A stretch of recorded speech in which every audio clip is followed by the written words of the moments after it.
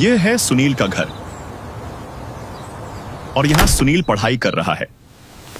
अब सुनील ऑफिस जाने के लिए तैयार हो रहा है। तैयार होकर वह अपनी गाड़ी की ओर जाता है और ऑफिस के लिए निकल पड़ता है।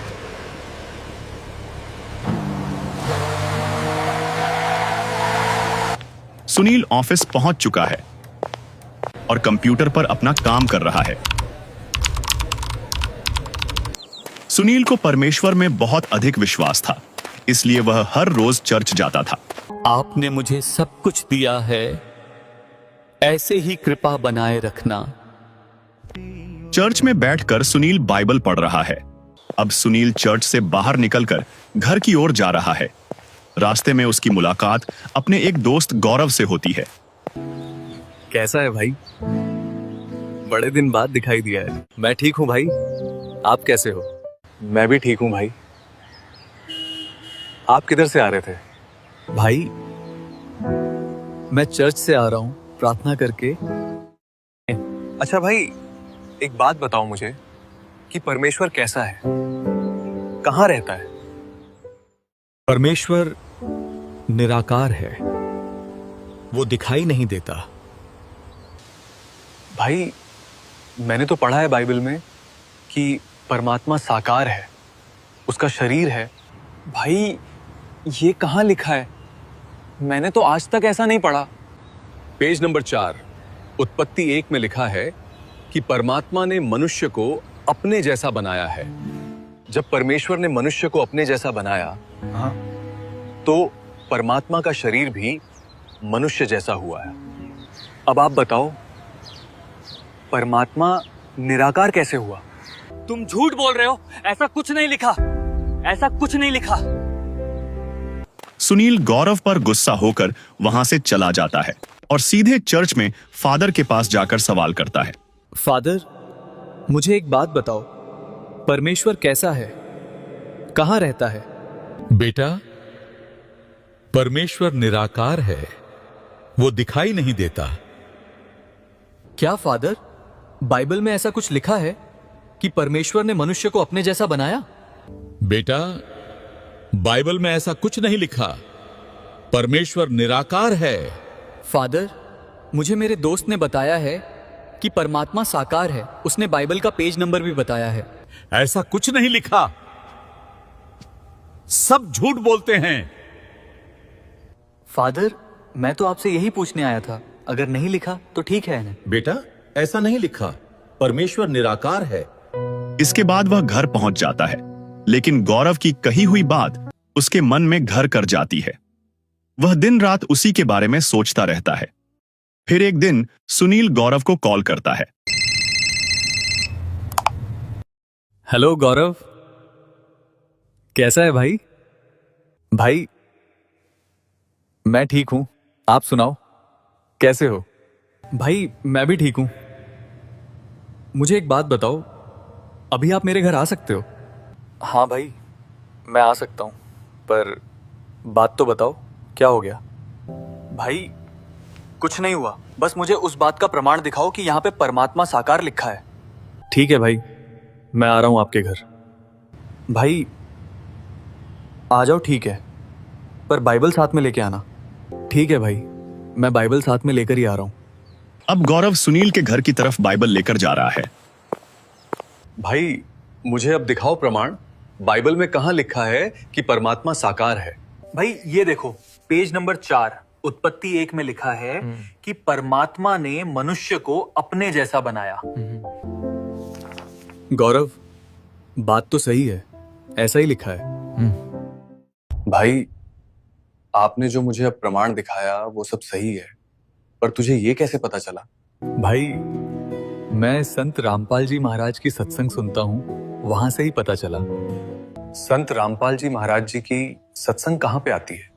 संत रामपाल जी महाराज की सत्संग साधना टीवी पर शाम 7:30 बजे आती है। अब गौरव टीवी का रिमोट उठाकर संत रामपाल जी महाराज की सत्संग सुनील को सुनाने के लिए लगा देता है।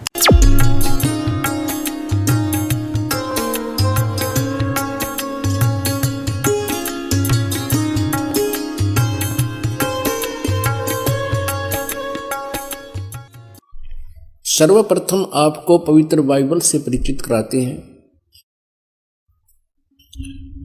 पवित्र बाइबल के पढ़ने वालों से आप पूछिएगा परमात्मा साकार है व निराकार? वो कहेंगे परमात्मा निराकार है और कहते हैं गॉड इज फॉर्मलेस। उन्होंने फिर पवित्र बाइबल को समझा ही नहीं। पवित्र बाइबल में लिखा है कि परमात्मा मनुष्य दृश्य है और छठे दिन उस परमेश्वर ने कहा कि हम मनुष्य को अपने स्वरूप के अनुसार उत्पन्न करेंगे और वैसा ही कर दिया। छठे दिन भगवान ने मनुष्य को अपने स्वरूप में उत्पन्न किया, नर और नारी करके उनकी उत्पत्ति की। अब देखिएगा प्रमाण पवित्र बाइबल में। पवित्र बाइबल संपूर्ण जीवन अध्ययन बाइबल, पवित्र बाइबल संपूर्ण जीवन अध्ययन बाइबल, संपादक हैं डेविड स्टुअर्ट, अंग्रेजी, प्रधान संपादक Donald C Stamps, MA MDV, संयुक्त संपादक, ये सारे कुछ लिखे इनके। ये USA से छपा है। अब ये देखिएगा उत्पत्ति, जिसको इंग्लिश में अंग्रेजी में बोलते हैं ये जेनेसिस। आरंभ यहां होता है। आदि में परमेश्वर ने आकाश और पृथ्वी की सृष्टि की। पृथ्वी बेडौल और सुनसान पड़ी थी और गहरे जल के ऊपर अंधियारा था तथा परमात्मा का आत्मा जल के ऊपर मंडराता था। जब परमेश्वर ने कहा कि उजियाला हो तो उजियाला हो गया और परमेश्वर ने उजियाले को देखा कि अच्छा है और परमेश्वर ने उजियाले को अंधियारे से अलग किया और परमेश्वर ने उजियाले को दिन, अंधियारे को रात कहा। सांझ हुई फिर भोर हुआ, भोर माने सुबह। इस प्रकार ये पहला दिन की रचना की प्रभु ने, परमात्मा ने, परमेश्वर ने। फिर परमेश्वर ने कहा कि जल के बीच एक ऐसा अंतर हो कि जल दो भाग हो जाए, तब ऐसा ही होगा। तथा इस प्रकार सांझ हुई फिर भोर हुआ, ये दूसरा दिन हो गया।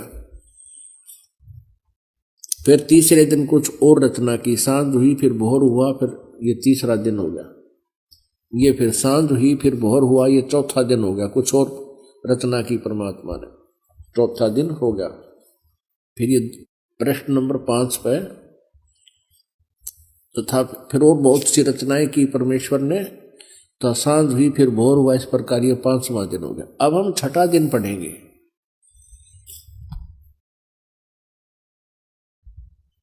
फिर परमेश्वर ने कहा कि हम मनुष्य को अपने स्वरूप के अनुसार अपनी समानता में बनाएं और वे समुद्र की मछलियों और आकाश के पक्षियों और घरेलू पशुओं और सारी पृथ्वी पर और सब रेंगने वाले जंतुओं पर जो पृथ्वी पर रेंगते हैं अधिकार रखें, यानी उनसे बुद्धिमान हो। तब परमेश्वर ने मनुष्य को अपने स्वरूप के अनुसार उत्पन्न किया। अपने ही स्वरूप के अनुसार परमेश्वर ने उसको उत्पन्न किया, नर और नारी करके उसने मनुष्यों की सृष्टि की। पुण्यात्माओं फिर पढ़ लो। तब परमेश्वर ने मनुष्य को अपने स्वरूप के अनुसार उत्पन्न किया। अपने ही स्वरूप के अनुसार परमेश्वर ने उसको उत्पन्न किया, नर और नारी करके मनुष्यों की सृष्टि की। अब पवित्र बाइबल में उत्पत्ति ग्रंथ अध्याय नंबर 1 का श्लोक नंबर 26 है। ये इसमें स्पष्ट कर दिया है कि परमात्मा मनुष्य जैसा है, उसने मनुष्य को अपने जैसा बनाया है, नर और नारी करके उसकी उत्पत्ति की।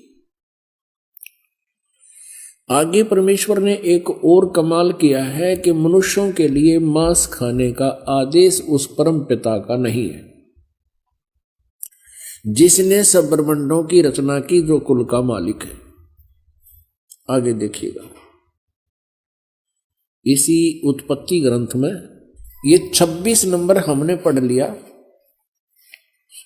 27 नंबर में कि मनुष्य 27, 26 और 27 में यही व्यवस्था बताई है। ये 27 श्लोक में लिखा है कि तब परमेश्वर ने मनुष्य को अपने स्वरूप के अनुसार उत्पन्न किया। अपने स्वरूप के अनुसार परमेश्वर ने उसको उत्पन्न किया और नर और नारी करके मनुष्यों की सृष्टि की।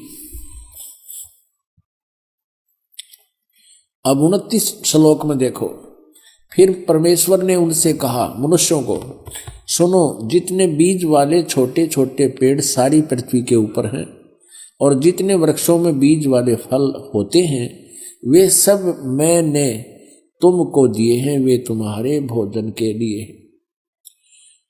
अब पूर्ण परमात्मा का कोई आदेश नहीं है मांस आहार करने का किसी भी मनुष्य को। और ये कितना बुरी तरह खाते हैं ये ईसाई लोग। तब सांझ हुई, फिर भोर हुआ, इस प्रकार 6वां दिन हो गया। ये और बहुत सी रचनाएं की इसके बाद। अब 7वां दिन देखो,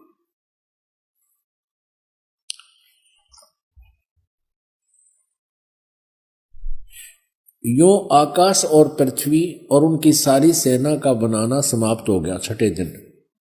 और परमेश्वर ने अपना काम जिसे वह करता था 7वें दिन समाप्त किया और उसने अपने किए हुए सारे काम से 7वें दिन विश्राम किया। और परमेश्वर ने 7वें दिन को आशीष दिया, उसे पवित्र ठहराया, सृष्टि के सारी रचना के काम से विश्राम लिया। अब पवित्र बाइबल से बहुत सी रहस्य जो है सामने आएंगे।